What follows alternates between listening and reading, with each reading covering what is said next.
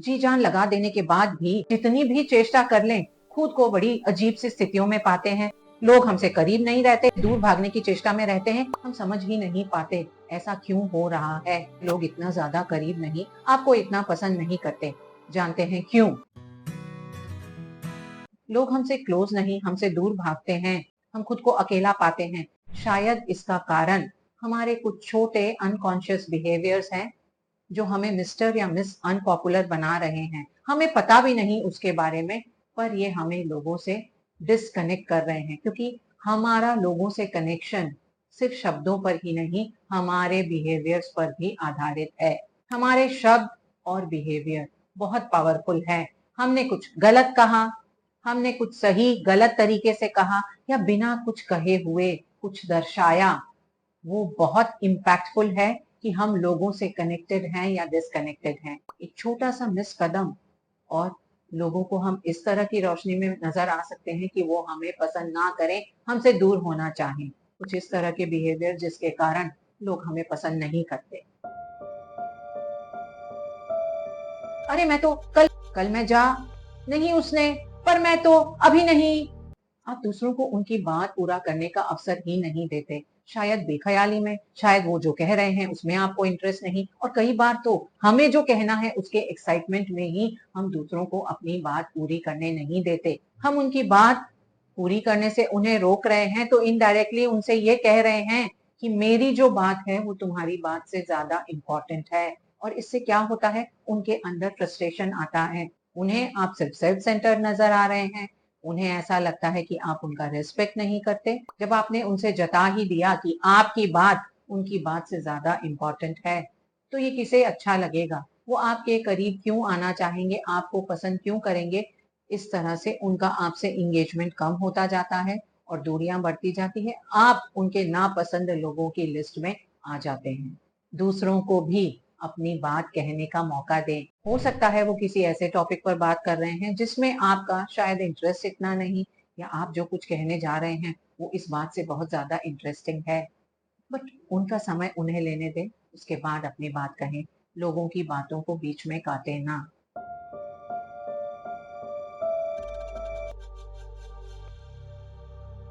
Phubbing, आप सिर्फ अपने फोन में ही व्यस्त हैं। आपको डिजिटल दुनिया इतनी प्यारी है, रियल दुनिया से आपको कोई मतलब ही नहीं। अगर आपने सामने वाले की बात सुनी भी है तो उन्हें ऐसा लगता है कि आपने उनकी बात ही नहीं सुनी, क्योंकि आप बात सुनते हुए भी रिस्पॉन्ड तो वैसा नहीं करेंगे। ये एक ऐसी आदत है जिसे तोड़ना बहुत मुश्किल है, पर स्टार्ट करें जब आप औरों के साथ होते हैं। फोन को बैग में रखें।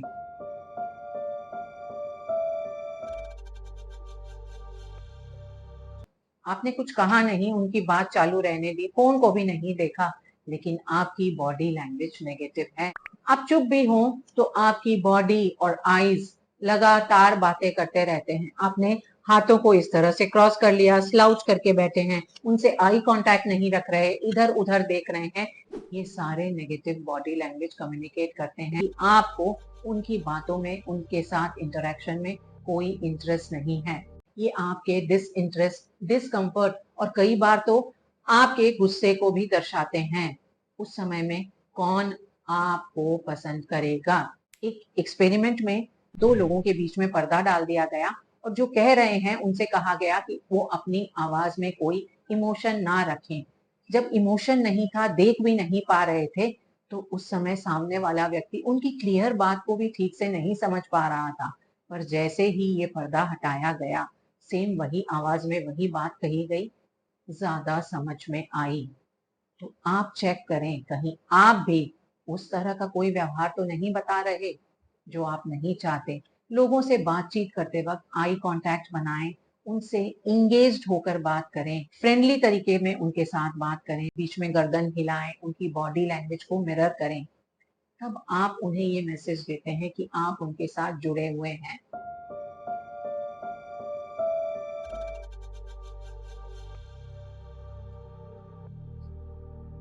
कई बार हम लोगों को एक्नोलेज नहीं करते, उन्हें ग्रीट नहीं करते, उन्हें देखकर मुस्कुराते नहीं। उन्होंने हमसे कुछ कहा है तो उसका जवाब नहीं देते, थैंक यू या सॉरी नहीं कहते जहां पर जरूरत हो। इससे हम अकड़ू और रूड नजर आते हैं।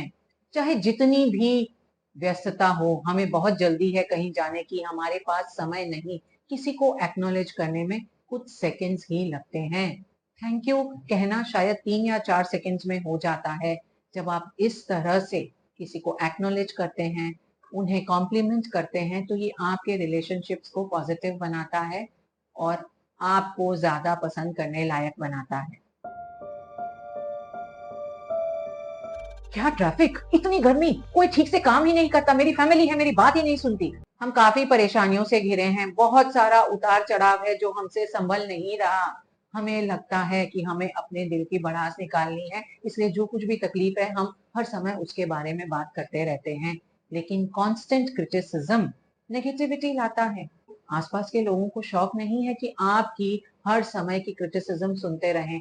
कभी कभी कोई तकलीफ की बात हो अलग है, जब आप हर समय क्रिटिसिज्म करते हैं तो लोग आपको पसंद नहीं करते और धीरे धीरे दूर होना शुरू हो जाते हैं। आप गौर करें, जो लोग खुश मिजाज हैं, हर समय हंसते रहते हैं, पॉजिटिव रहते हैं, उनसे लोग ज्यादा आकर्षित होते हैं, उनके ज्यादा करीब आना चाहते हैं।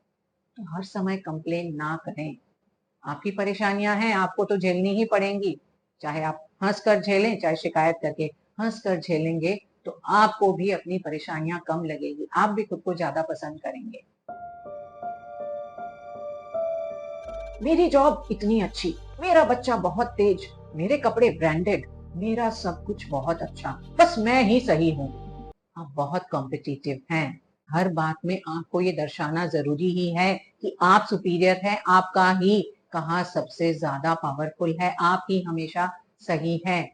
उस समय आपके जीतने की नीड दूसरों तक कम्युनिकेट होती है और ये उनको आपसे दूर लेकर जाती है। कंपटीशन हेल्दी है तब तक जब तक ये हमें बेहतर बनने में, इम्प्रूव करने में मदद करता है, हमें आगे की तरफ पुश करता है। लेकिन जब हम बहुत ज्यादा कॉम्पिटिटिव हो जाते हैं और इसका डर हमारी हर बात में नजर आता है, ये उस समय औरों को पुश करता है। कंपटीशन से भाईचारा अच्छा नहीं। सिर्फ उन्हीं चीजों में कंपटीशन रखें जो आपकी बेहतरी में मदद करते हैं। जरूरी नहीं है कि हर समय आप अपनी ही बड़ाई करते रहें, अपने मुंह मियां मिट्ठू बनते रहें। हमारे दूसरों से कनेक्शन, उनके साथ ताल्लुकात बहुत कॉम्प्लेक्स हैं, जो हमारे परसेप्शन से जुड़े हुए हैं। यानी वो हमें किस तरीके से देख रहे हैं और वो हमें जिस तरीके से देखते हैं वो इन्फ्लुएंस होता है हमारे बिहेवियर्स से। ये छोटे छोटे बिहेवियर्स जो हम कई बार रियलाइज भी नहीं कर पाते, हमारे परसेप्शंस को नेगेटिवली इन्फ्लुएंस करते हैं और वो हमसे दूर होते जाते हैं, हमें नापसंद करते हैं और हम समझ ही नहीं पाते कि इतनी चेष्टा करने के बाद, इतना कुछ करने के बाद हम क्यों उनके करीब नहीं हैं।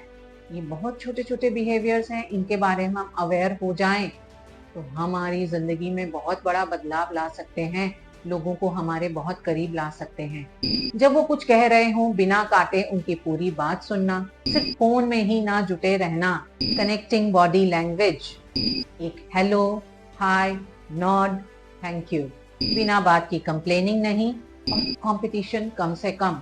ये सारे स्मॉल बिहेवियर्स हम अवेयरनेस के साथ अपनी जिंदगी में उतार सकते हैं कि लोग हमें पसंद करें।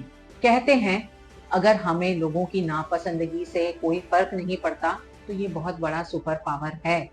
सही है, सुपर पावर तो है, पर जब हमारे ही बिहेवियर के कारण लोग हमें पसंद नहीं करते तो ये सुपर पावर हमारे किस काम का।